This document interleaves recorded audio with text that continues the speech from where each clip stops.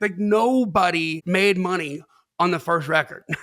With any independent artist with a minimal budget, you're hoping that you get lucky and catch fire or something goes viral. But then also just like the dollars and the cents of it. As an independent artist, that's paying for all these things.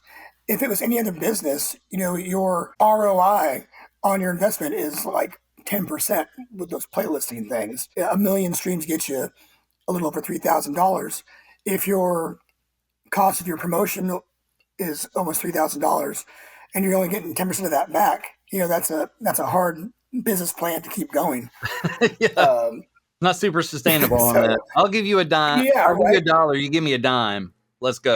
Yeah, exactly. And on that point, I want to remind artists that this is a different business model. This echoes a little bit of the conversation that I had with that management company that I told you about with the producer, where he was like, why should we invest in Spotify? The ROI stinks.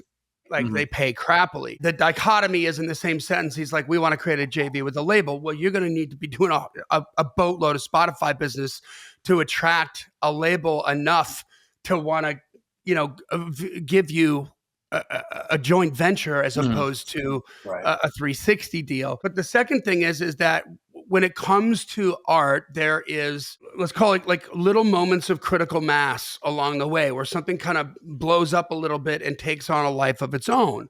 And that's what you're trying to gear towards. And music has always been this way, guys. Like Bruce Springsteen's first record, Aerosmith's first record, Taylor Swift's first record, U2's first record. Like nobody made money on the first record. The only ones that did were the super high lottery ticket outliers like Guns N' Roses and You Ought to Know. Alanis Morissette.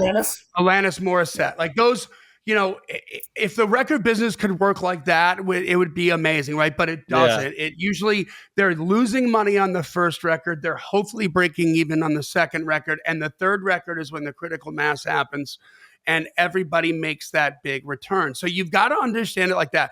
If you're really serious about trying to promote your brand, you can't solely look at it through the lens of a normal business, right? Yeah. Like I'm going to buy these 2 lemons and this sack of sugar and this pitcher for X amount of dollars. And then I'm going to sell it for X plus 50% and make a profit, right? Today.